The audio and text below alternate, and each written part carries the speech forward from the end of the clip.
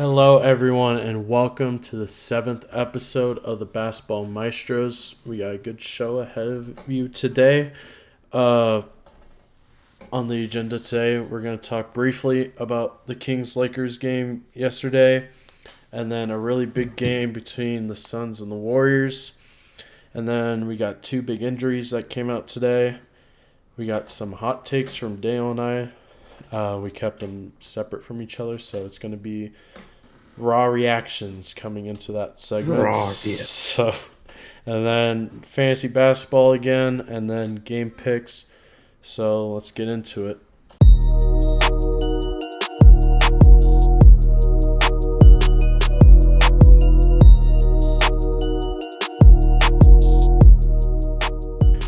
All right, starting off, getting this out of the way first. Kings versus Lakers last night.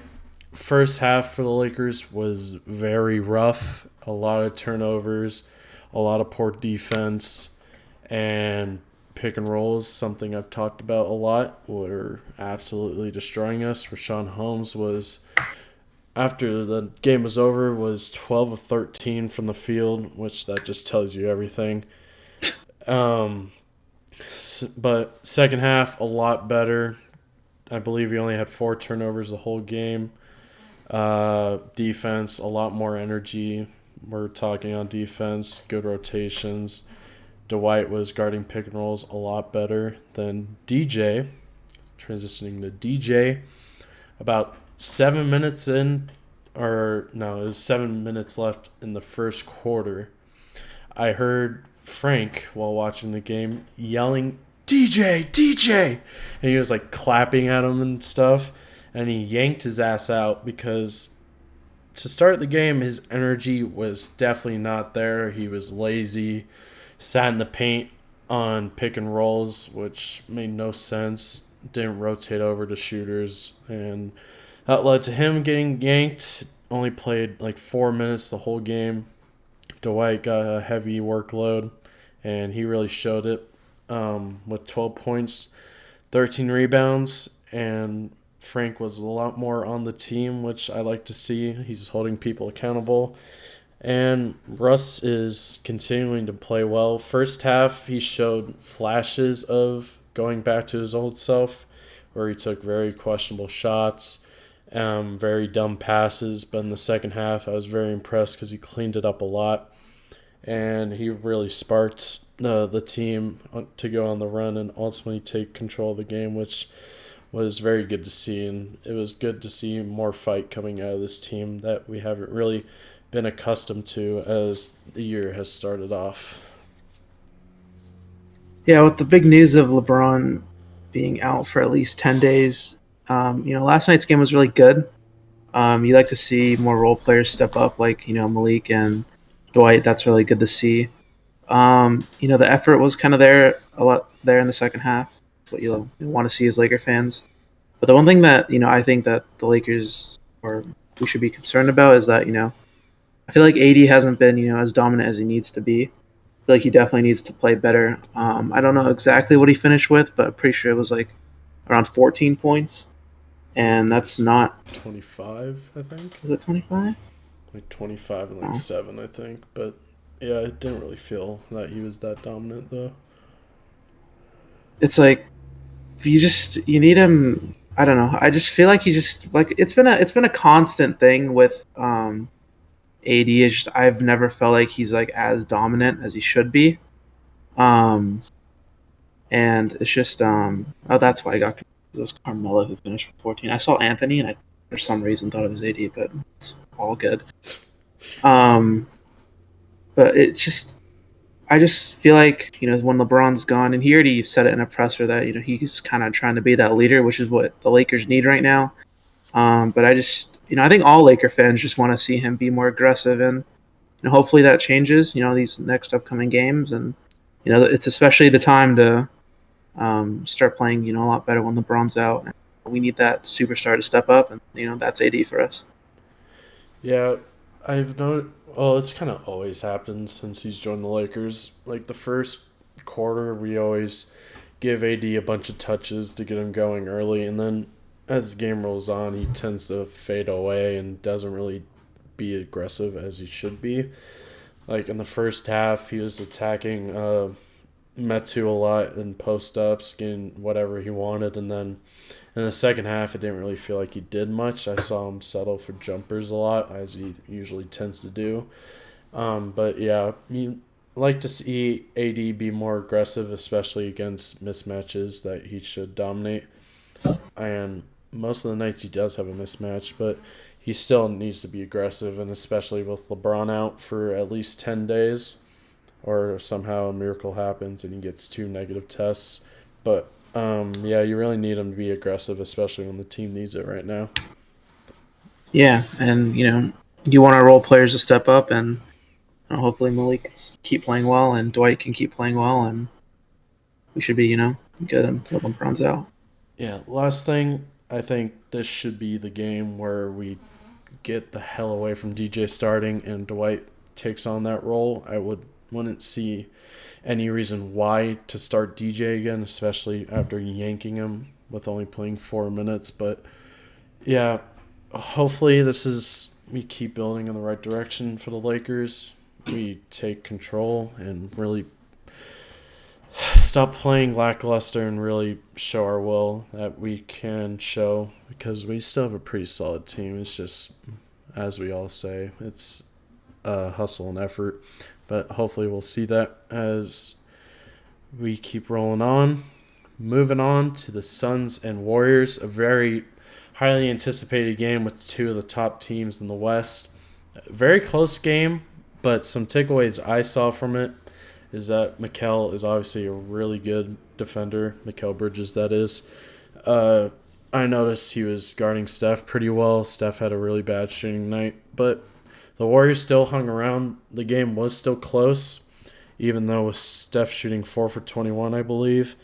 And then another thing on the Suns side, I think Aiden still needs to get more touches and get involved more, because once he's aggressive and gets involved in the offense, that takes the team to a whole new level, as you saw in the playoffs, like against the Lakers and the Clippers and the Nuggets. He was really dominant in getting all the touches, but then, for example, in the finals, he didn't really do that much. But I like Aiden's mid-range game. I feel like he doesn't really take too many mid-ranges from what I see. I feel like they could take advantage of that more, but he's very good in pick and roll, good at post-ups. I just think he needs to get more touches overall, and that will really make this team a lot better, I feel like. Yeah, my takeaways is it was a pretty hyped up matchup, and I think you got kind of what you wanted. But the next time these teams play again, which is I think Friday, you can't expect Steph to shoot 4 for 21 ever again. And you got to give Mikal his credit. He really played amazing defense last night. Only scored 2 points, but he got it done on the defensive end, so that's really all you can ask. Same with I know Wiggins isn't like one of their main go-to guys, but 4 for 12, it's still not like a good shooting night. So I feel like the team really didn't play well, but Jordan Poole really is probably the only bright spot last night. I think that's really what you want to see as a Warrior fan. When Clay comes back, to have that guy coming off your bench, I mean, that's something that you want, and especially with Otto Porter, Gary Payton, those guys already playing well off the bench. You're adding another great shooter to the bench, so your bench unit gets even stronger.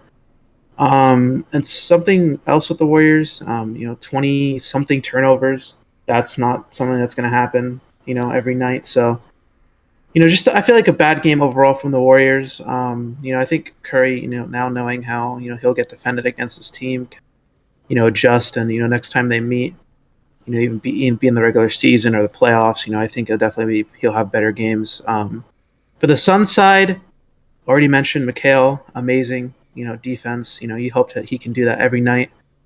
He may not be as successful with limiting Steph every night, but to just disrupt him and get in his head as well as he did last night is what you want to see. Down the stretch, I think like Chris Paul is just really good. He makes the right play almost every time. He can just slow down the game and make the right read, And it's really what the Suns need, especially with Devin Booker out. I don't know if he'll be healthy for Friday, but that's like why the Suns are on 17-game win streak. Is just when it comes down the stretch, him and Booker are just absolutely lights out, making the right plays, making the tough shots that you need, and that's why the Suns are 18-30 right now. I'm really excited to see these guys play again Friday night. Hopefully, we get a playoff matchup of this. I don't know how likely it'll be, since they'll both be top seeds, and who knows what can happen in the playoffs. But that'd be really fun to watch. And yeah, Lakers are basically screwed. Yeah, another thing I kind of thought about is, Jordan Poole was really good for them. Their leading scorer with 28. I kind of thought how his production's going to be once Clay and Wiseman return. If I assume they're going to they're going to go down, but how much and how much playing time will he get is another big question. But coming off the bench, he's probably their best player off the bench, with Otto Porter probably behind Poole.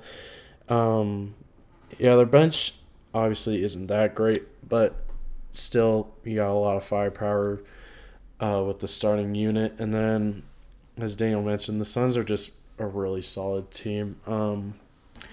I feel like their two wings with Bridges and Jay Crowder are really good for them as well, even though they may not fill the stat sheet up with scoring wise, but they're really good glue guys for them and really hold it down on the defensive side. Cam Johnson has been pretty solid for them as well coming out the bench. He gets some pretty good run. He had 14 and 24 or 29 minutes. These are two really good teams. They'll play again very shortly. And, the Lakers are screwed unless they can somehow flip a switch and just play amazing basketball as these two teams do. And another thing, these two teams, as the Suns and Warriors, they run actual offense, as in comparison to the Lakers, where you give it to LeBron and AD and just stand and wait for them to do something. So it's obviously a complete different watching experience coming from the Lakers to an actual competent just so much team more energy, playing. dude. Yeah, it's just energy's just on a different level compared to the retirement home. They actually want to play the game of basketball and want to win on every night, but it's completely different for the Lakers, and that's okay. Now, moving on to some injury news that came out today. We got Dame out for 10 days with, I believe, his ab injury. It was some long medical term that I couldn't pronounce, but I assume it's his ab.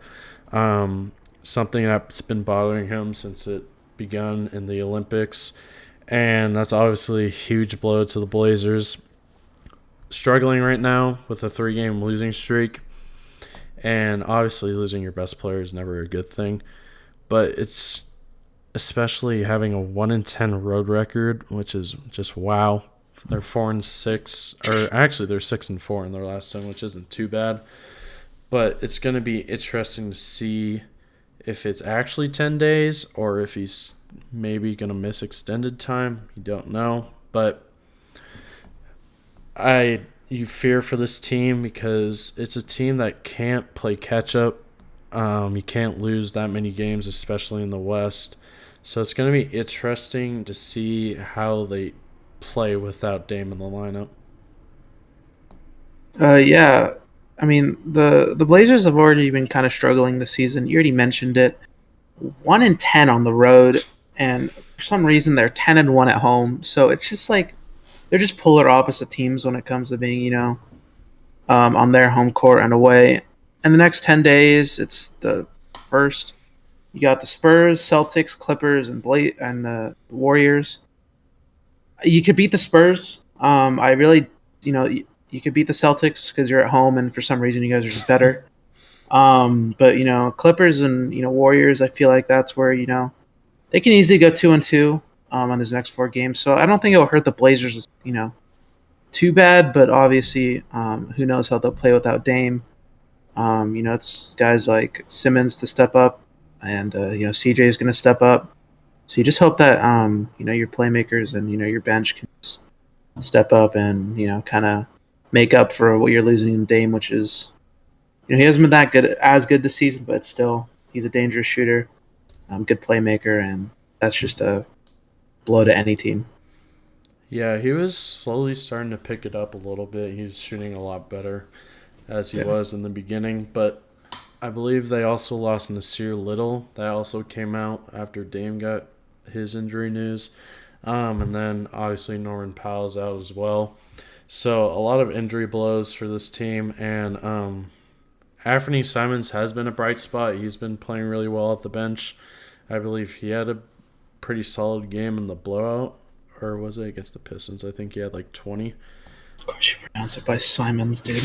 Um, but yeah, it's going to be interesting to see how they perform without Dame.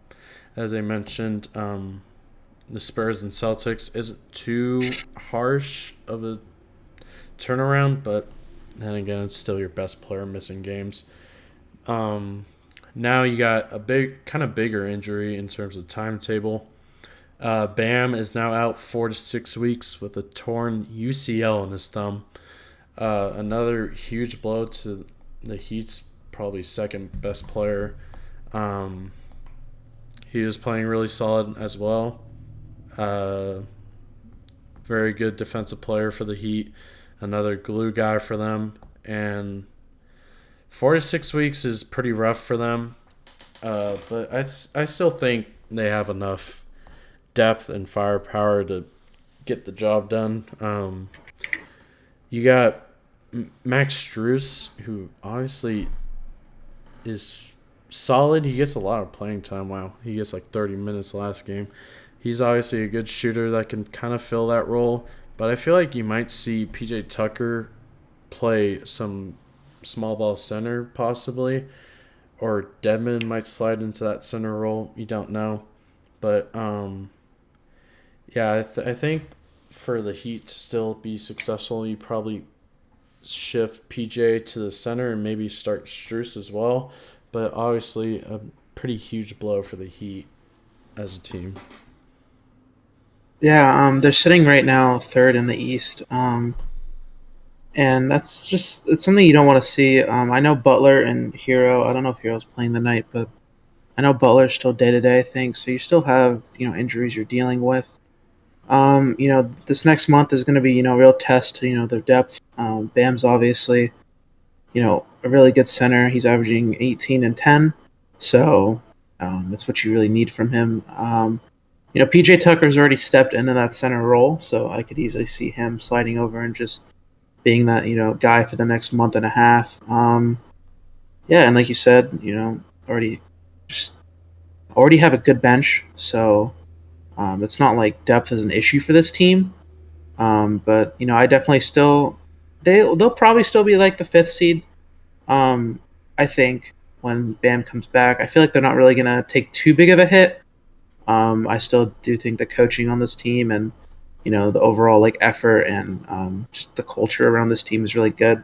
They probably have a next man up mentality, so I don't think the Heat are gonna really like suffer from this. Obviously, they'll probably lose some games because Bam's still such a big piece, but I feel like they won't like go on like an insane like 10 game losing streak because of it. They'll still be like around like 500 or like above 500 a little bit. I don't see this. I don't think Heat fans should panic at all. I think they're still fine. Yeah, if any team were to suffer a big injury like this, I think the Heat would be one of the best teams to figure out a way to still pick up some wins. They're a really good culture team, and I'm sure Eric Spoelstra will figure something out. Yeah, but Heat fans, you're still a very solid team even without Bam there, assuming Jimmy Butler isn't out for that long. I don't think he will be, though. I checked recently. I think Tyler Hero is playing, so that's good to get him back as well. Okay, yeah. So, yeah, the Heat, obviously big blow to their to what they're doing, but you're still in a good place regardless in the East, and you'll obviously still be really good. Now transitioning to our hot takes. Right now I have about 5. I was thinking I can read one and then you can read one and we can just go back and forth. So first one, I got The Nets will not win a championship as long as KD, Harden, and Kyrie are there. Personally, this year, No shot. personally this year, I've looked at the Nets and I think to myself, they are really not a team to be scared of. Besides KD and Harden, who's really stepping up for them? LaMarcus, maybe. Millsap hasn't been jack. Blake Griffin's out of the rotation. Patty Mills has been streaky so far. But I just think I have more faith in like a Heat team that plays both sides of the ball. You got Milwaukee starting to find their stride. Chicago even maybe can push them to like maybe a 5, no, probably 6, 7 series if they ever meet up. But I just don't think the team screams championship to me right now. Obviously, I could be very wrong, but they're 15-6 right now. It doesn't feel like they're 15-6. But obviously, they're still going to be a good team. They're still going to make the playoffs. They're still going to make some noise in the playoffs. But if, say, the Nets make the finals this year and they go against Phoenix or the Warriors, is it a foregone conclusion to take the Nets in that? I don't think so. I think the Nets or the Warriors and Suns, as of right now, are better than the Nets. Well, why not say my hot take? Nets won't make the Eastern Conference Finals. But of course we have the same one. But my reasonings is I feel like Harden has just been really inconsistent this year. He's averaging 21, 8, and 7. Obviously, those are still good numbers for any player, but I feel like, with the new free throws and, I feel like he's just forcing too much. He's not being as efficient as you've seen for past years. Role players aren't as good as other teams and or young, so they don't really have too many young players. I think it's just outside of, they really don't have anyone that's too young. So I feel like their bench isn't that good. Can KD, carry a team in a 7-game series against teams like the Bulls, Bucks? It's like even the Heat. I don't think so. If Harden keeps playing like this, I just don't think this team will really make it. And like you said, outside of Harden and KD, who are they really going to?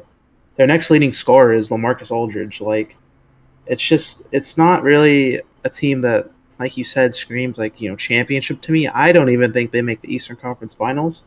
It depends on who they get and what the seedings are at the end of the year, but I just don't think, especially with teams like, KD's still going to drop like 25, but they're still going to like go after him, and he's like their number one priority. And, if he has a bad shooting night, like, I feel like that's it for them.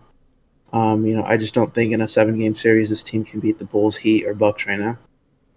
Yeah, I think if the Nets run into the Heat at any point in the playoffs, it's just wraps. Like, fully healthy, that Heat team will get after the Nets. Like, their defense is absolutely insane. I don't even know how the Lakers beat them, but we did. Well, Jimmy Butler wasn't there and Bam fouled out, but it's okay. I'll still take it. But yeah, the Heat have always been a very good team, and for the East, I think they're probably the biggest threat to the Nets right now because their defense is really good. But then again, the Bucks are also really good as well. So I'm glad we have the similar hot take. But moving on to my next one, it's kind of contradictory of what I previously said in the episode. But I said the Suns are not contenders. I don't view them as serious threats in terms of winning it all. Now, the Suns are very, very solid. They're a very solid team. But I've said it before, I don't think last year is going to repeat itself with more teams being healthy. I just don't see them. If you told me at the end of this year the Suns are the one hoisting the trophies, I would think you're on crack, because I do not think they're honestly capable yet of winning a championship. They still got some decently young players like Mikal and DeAndre Ayton that could still use some playoff experience. Um, I think if they run into the Warriors or Utah and they're both fully healthy, those can give them some problems or even eliminate them. And I think if they run into a team like Miami, as I said, in the finals maybe, or the Bucks, I think just those two teams are better than them. And I think they still have ways away from winning a championship in my eyes. All right, interesting one. My next one is I don't know, like when I was making these, I really hope these are quote like hot takes for people, but I said Celtics need to blow it up and rebuild. I don't know how much of a hot take that is, but in my opinion, really out it's like the same situation as the Nets. I just feel like outside of Tatum and Jalen Brown, there's really just nothing that's just a really championship contending roster. Um, you have Schroeder, who's been playing pretty good for them this year. You have Horford. You know, Marcus Smart's that defensive guy. But I look at the rest of the East again, and I just don't like. Will this team even make the playoffs? They're the 11th seed right now, sitting at 11-10. Um, I think it's just better for the Celtics to trade Tatum and Brown, get them the teams where they can win, and I feel like it'd be a better option for the Celtics to kind of go into a rebuild mode because things didn't work out with Kemba, things didn't work out with Kyrie. So I mean, you've tried to find that third star, and it just really hasn't worked out over the past couple of years. So I feel like it's now kind of time where you might make it in as the 8th or 7th seed. You just kind of lose in the first round. I think. I don't think it's like a bad idea to just kind of restart. Nothing taken away from Jalen Brown or Jason Tatum. I think they're great players, but I just don't feel like they're going to get it done in Boston anytime soon, especially with the Bulls on the rise. The Wizards are playing good, and these other young teams like the Cavs and Hornets. I just don't feel like, especially the Raptors too. The Raptors are a good young team that could come up in the East in the next couple of years. So I just don't see that from the Celtics. I don't see any crazy young players, any crazy young talent, and I don't think they're really in a win now mode. So blow it up. Yeah, I actually kind of agree with that. I feel like for a couple years now, with Kyrie leaving, you don't really know what Boston's ceiling is. Obviously, they're a playoff team, but like, what are they gonna do with it? I can honestly see them possibly being in the play-in.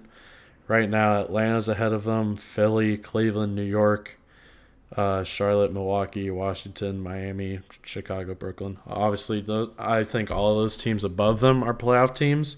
Maybe the Hornets are a little questionable. They'll probably cool down a little bit, but still a lot of better teams ahead of Boston. And I honestly wouldn't be surprised if they are anxious to make a move because their fan base has been wanting that big trade to happen that Danny Ainge never pulled a trigger on.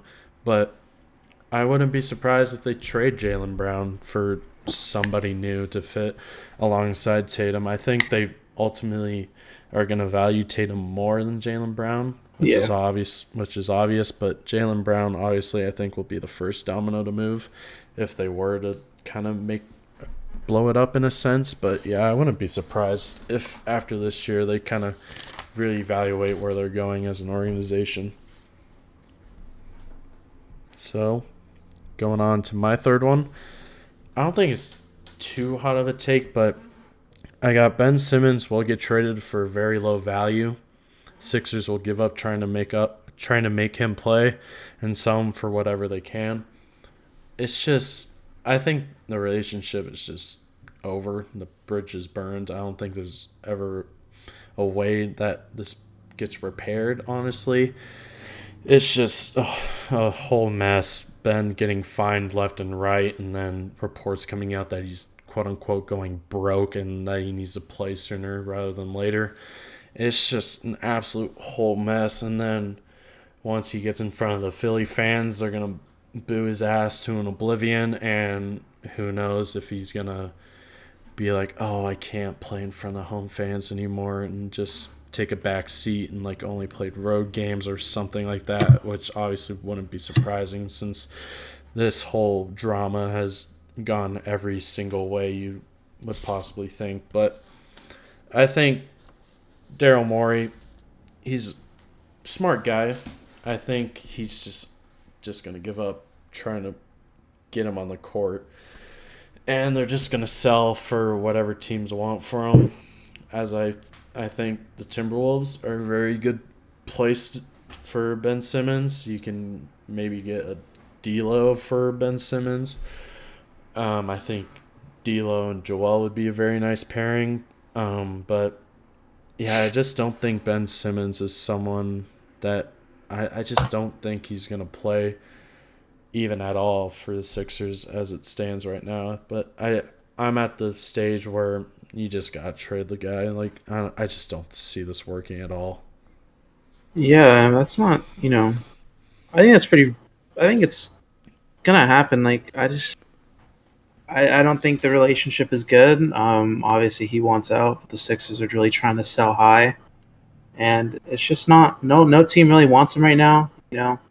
Has has not shown a team that, hey, I'm committed to playing for you, or hey, like I'll give it my all, and I just haven't seen that from him. So I definitely wouldn't be surprised if they trade him for something not as, not maybe like a star player or something crazy, maybe something on the lower end for Ben. But yeah, it's just I just don't think he wants to play for Philly at all. The relationship isn't good, and obviously, if he is going broke, he needs to fight for that trade. So Yeah, yeah, they first step for Philly is that they need to lower their standards yeah. drastically. Some of the reports that I've seen for like what they've been asking is it's insane. Like, Yeah. Like, they're wanting Jaylen Brown for Ben Simmons, which, if I'm the Celtics, I would not do that, even though I said you can possibly trade Jaylen Brown, but I think you can get a lot get something more better. than Ben Simmons. But, yeah, you just got to take maybe a solid starter and maybe a role player from him at this point and maybe get a first out of it.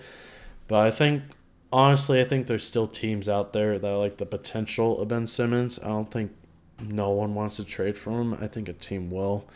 But yeah, first step is just lowering your standards and just accepting that Ben Simmons is probably not going to work out for you guys in the long run. All right, my next hot take is more of a wish rather than a hot take. Um, Timberwolves finish as a top 6 seed in the West. Now, right now, the 7th seed. The teams ahead of them are the Clippers, Grizzlies, Mavericks, Jazz, and Warriors, Suns.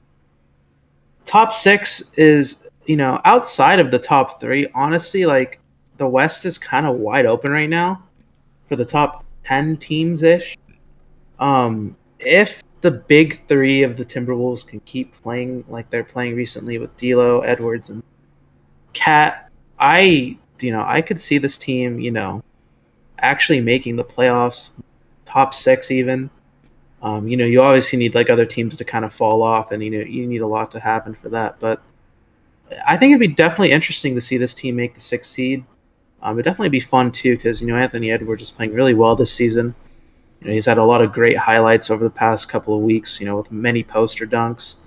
D'Lo's playing really well this past week or two, and Cat's just what you expect him to be, dominant center. So I don't know.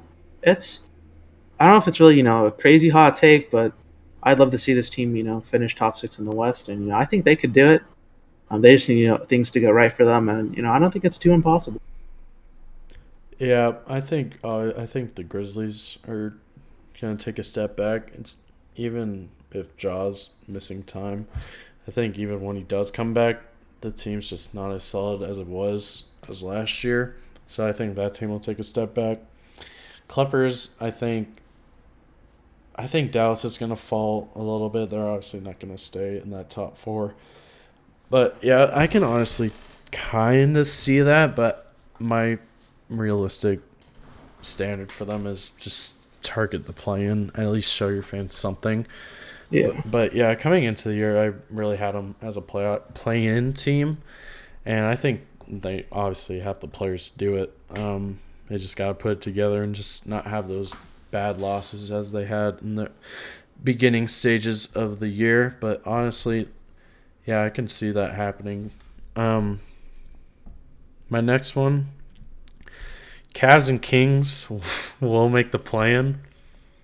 I believe a year or two ago, I had the Cavs will make the play-in, and it was looking good. It was looking good, and then just the whole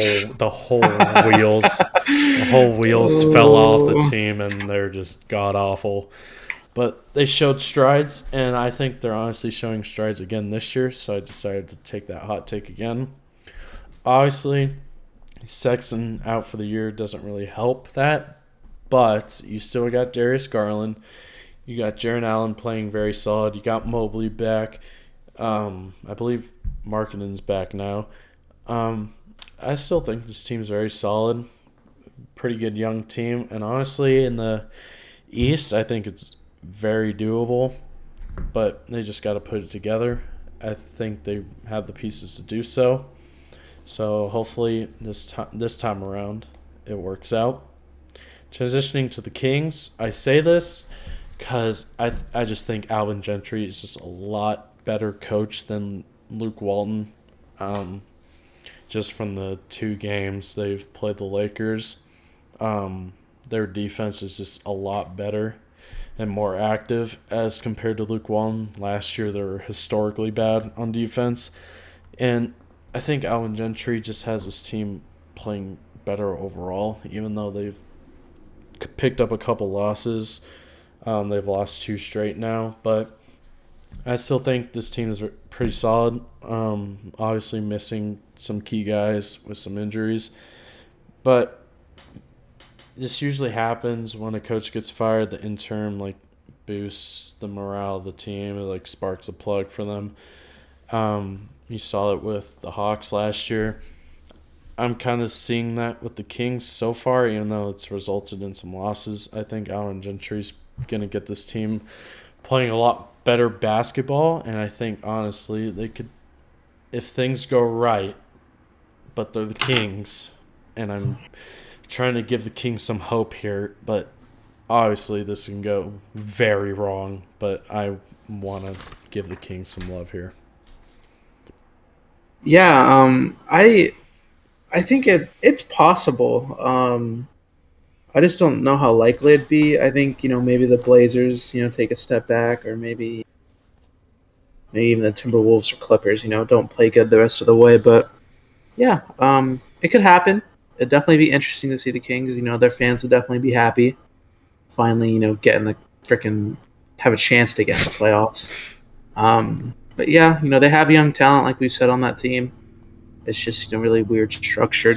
I mean, obviously Luke Walton is a really bad coach, so maybe Gentry can definitely turn this team around quick. My fourth hot take is the Hawks don't make the playoffs. Now, it's probably not that likely, but it would be very interesting to see if this team, didn't make the playoffs. I fully believe it could happen. You look at the East right now, and it's really close. Every game, every seed is literally within 4 games of each other. And just injuries haven't been nice to this team. I know Bogdan's out. I know DeAndre Hunter is still out, I think. Mm-hmm. And they've had these injuries that just are hurting them. It's just kind of Trey just kind of needs to play as well as he did last year, and then the playoffs to I think get him in the play-in. And looking at the play-in right now, I mean, I don't know if they can make it in.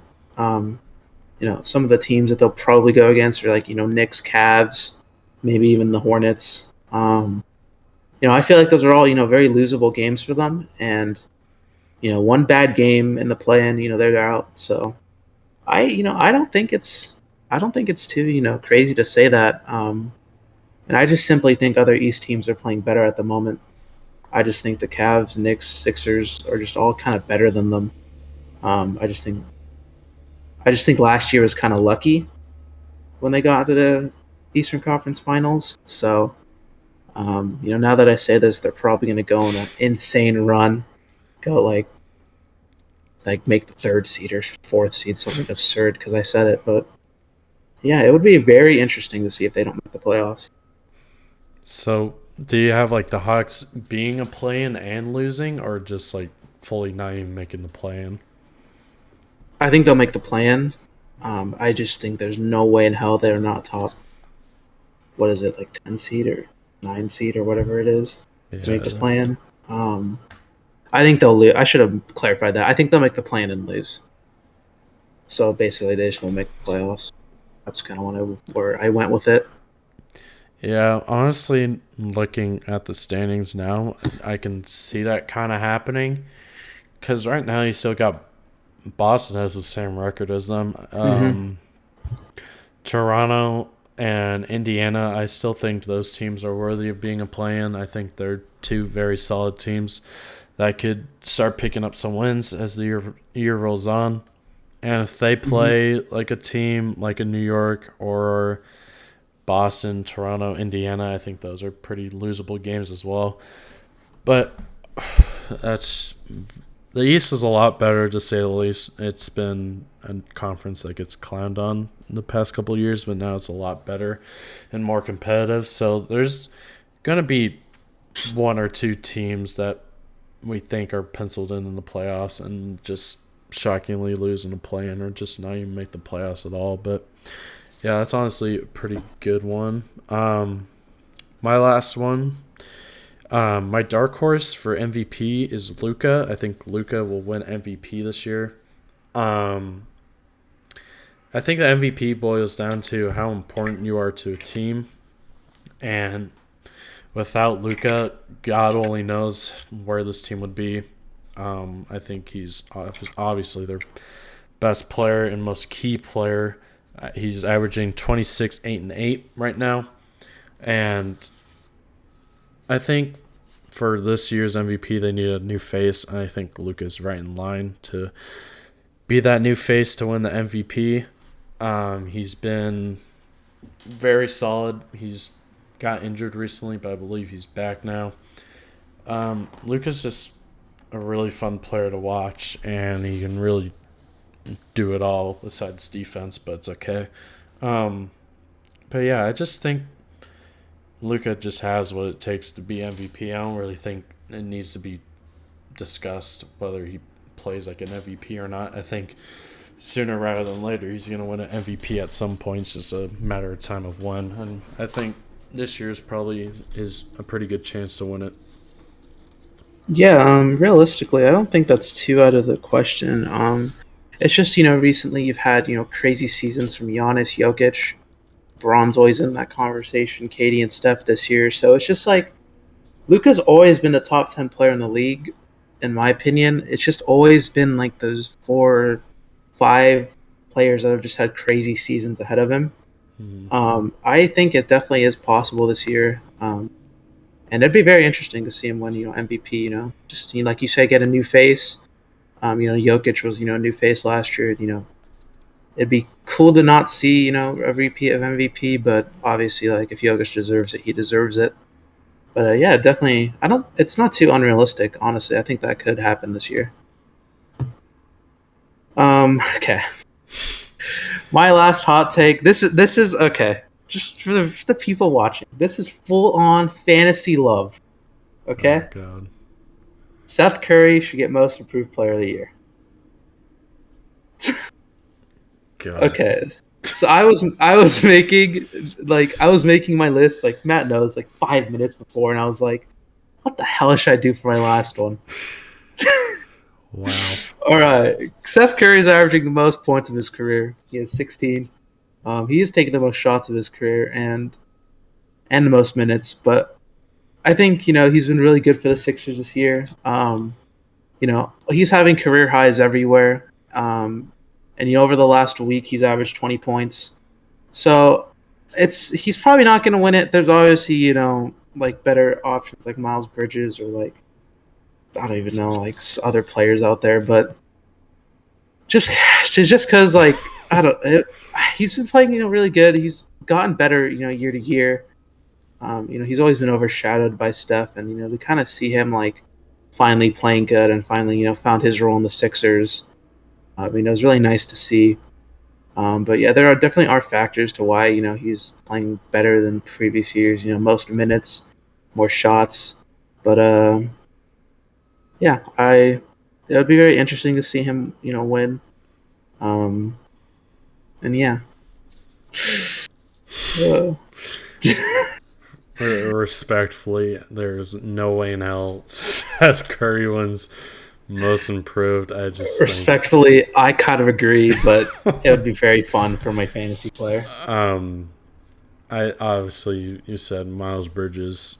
I think he's definitely a player that no one really expected him coming out of the gates, but he's been really solid for them. And another player that I kind of think has most improved potential is a guy like DeJounte Murray, who's been playing really solid for the Spurs. Dude, I forgot. But yeah, I'm looking at this like thing of like most improved player odds, and Seth Curry's nowhere on there, so so that's obviously not going to happen. But good. I think the top three right now for most improved is probably like, as I see right here, Miles Bridges, Ja, and DeJounte. Those are probably the biggest three players that are really showing us how great of players they are, and I think Miles Bridges is honestly my pick to win it. But yeah, here for hot takes. but yeah, those are our hot takes. It was a very interesting segment to say the least. But now, transitioning to a little fantasy basketball update. As mentioned in last episode, I believe, or one before that, I don't remember. But Dale and I are going up against each other this week. Currently, I am losing 327 to 264. I really don't have much to say. My team hasn't really played too much. I haven't had too many players, but it's been pretty weird. Honestly, I haven't really had my big players play yet, but I don't even know if I'm honestly going to win this week, to be honest. Oh, don't worry. Everything is lining up for another win for you. Harrison Barnes is out. Dame's out. Norman Powell's still day-to-day. Bogdan's out. So, I mean, we're relying on our third or fourth options here to carry us to a win this week. I need something out of Brogdon. Jarrett, I need some big performances. I need Karis LeVert to stop getting below 20 fantasy points. Things are, I don't want to go on a 4-game losing streak. I need a win desperately. So this would be, the perfect week to, win against the top seed. And you're like 2, right? Yeah, 2. So top 2 seed. Definitely fuck over Matt. So it'd be very funny. But yeah, it's just injuries for both sides. Matt has some injured players as well. But this week has just been really awful for me. Luke Kennard, let's get an update on him. Probably not going to be on this team for very longer. Or much longer. I can't drop Devontae. He's awful, but I just have to keep him. There's a lot of droppable players on this team, but they're like droppable. But like if I drop them, like I can't drop them. Like they should be on rosters, and sadly they're on mine. So we gotta.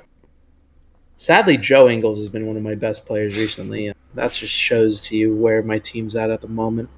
But that Dame news really, it doesn't hurt the, Blazers as much, but it really hurts me in my fantasy journey. And yeah, I just hope that my player advantages throughout the week are favored towards me, so I could somehow win this week. Yeah, fantasy shit is not good. Yeah, I decided to take a little chance on Kobe White, and he's just tested positive for COVID, so he's probably going to be dropped after this week once I get my acquisitions back. But yeah, it was a little failed experiment. But my guy Boogie picked him up recently on fantasy. Hopefully he can tear it up in his debut tonight. That would be greatly appreciated. I need some points to catch up here. I don't have too many big names playing today. I got Cat, Capella, maybe Dennis, if you want to call him that, a big name. But then you got Marcus Morris, Kelly Oubre, Josh Richardson, Jeff Green, and Boogie, as I mentioned. But honestly, probably going to be a close matchup between us. It all just boils down to who gets the pop-off pass at the end of the day. But wow, Capella's popping off. Revenge game. But So, yeah, it's definitely going to be something that we'll keep you guys updated on. But for right now, Daniel is winning the matchup on Wednesday. Well, we'll see on Sunday how it turns out. Now, going on to game picks. Last segment of the show. Last game picks, I got a pretty good majority right. Except Dallas got blown out by the Cavs, which was, I don't even know how that happened, but it did. I just looked at the score and they were getting absolutely demolished. So yeah, and then Wizards lost to the Spurs, which is another surprising one. I feel like the Wizards are kind of cooling off and taking a step back a little bit, but you don't expect them to lose to a team like the Spurs. And then the Pelicans at Clippers, another surprising one, where Valanciunas went 7 for 7 on threes in the first half, I believe, which was just unbelievable. He's surely. I forgot what the stat was, but it was something where only Steph had done it. And it was like, oh, damn, dude, what was it? I need to look at this right now. Okay, whatever. I can find the stat, but Valanciunas matched Steph in a insane stat, which you wouldn't expect Valanciunas to match at. But yeah, those were the games I got wrong. Moving on to today's slate of games, we got the Hawks at Indiana. Personally, I'm going to take Indiana here. I'm kind of banking on this team to eventually start picking up some wins. They've had some tough losses. They're 9-14 as it stands right now. I still think they're a capable team. They're still solid enough to be at least playing worthy. So I think I'm taking Indiana here. Denver at Orlando. I got Denver. Not too much to say about that one. Timberwolves at Wizards. I got the Timberwolves here. Timberwolves have been playing pretty solid, coming off a huge double overtime win in Philly. It was pretty ugly after Minnesota choked a 20-point lead to the Sixers and resulted in a double overtime game, but still really impressive win for them. Yeah, I think they're going to start piling up some wins as they roll on. Sixers at Boston. I got the Sixers. Obviously, getting Tobias and Joel back really helps. So I think they'll get back on track and they'll take care of Boston on the road. Next, Cleveland at Miami. I'm going to take Miami. I just think, obviously, they're just a better team than Cleveland right now. Charlotte at Milwaukee. I got the Bucks. Even though the Charlotte Hornets are a good team this year, I just think the Bucks at home, no one can match up with Giannis for them. So I think that's just enough said there. Mavs at Pelicans. I got the Mavs. Pelicans are god-awful, even though they pick the Clippers. I say it every time. I'm not picking them. I'm picking the Pelicans unless it's a foregone conclusion. And another epic rematch. Houston at OKC again. Feel like they always play each other, but I'm taking Houston again after they beat OKC the first time. But yeah, Houston surprisingly starting to get some wins now on a winning streak, and I'm gonna keep rolling with that. And then lastly, Kings at Clippers. I'm going the upset route here. I'm taking the Kings, going on the road in LA. I picked them in my hot take for a reason, so I think they're gonna pick up a much needed win here. Wow. I am 12-8 after our picks on Monday. I think I got mostly the same as you. Oh, no, I picked OKC over Houston. I just think, Christian Wood just popped off, I'm pretty sure, and OKC just sucks. No one expected Cleveland, at least I didn't, Cleveland to go into Dallas and beat them. Spurs winning was, definitely an upset, and also the Pelicans was obviously an upset. So those are things that, I can't really account for. But for today, I'm going to go with the Pacers home. Injuries for the Hawks, and Pacers are just, in my opinion, you're still a really good team on paper. It's just they're not really working out for them right now. Nuggets over the Magic. Nuggets are simply better. Minnesota over Washington. Like I said in my hot takes, hopefully Minnesota could be top 6 in the West. I feel like they've been playing good basketball recently, so they can easily go into Washington and get a win. Boston over Philadelphia. I think the Celtics get a win here. It's at home. I think Jaylen Brown is day-to-day last I saw, so hopefully he plays tonight. I have the Cavs over the Heat. I know they're getting Hero back, but I think Cavs can, sneak away and get an upset win here on the road in Miami. It'll definitely be hard, but it'll be interesting. I have the Bucks over Charlotte. Giannis difference. Dallas over Pelicans. The Pelicans are yikes. And like I said previously, I will take OKC every time in this godforsaken matchup. I don't know why the Rockets and Thunder play each other like every day, but I'm going OKC again. And in the last game of the night, I'm taking the Clippers over the Kings. I just think the Clippers will win. I think Paul George is playing really good this year, and we can see a pop-off game from him because why not? All right, those are our game picks for the day, and that'll do it for today's episode. Thank you guys for listening. Follow the Instagram in the description below. Leave a like, subscribe, greatly appreciated, and we will see you guys on episode 8. See you guys. See ya.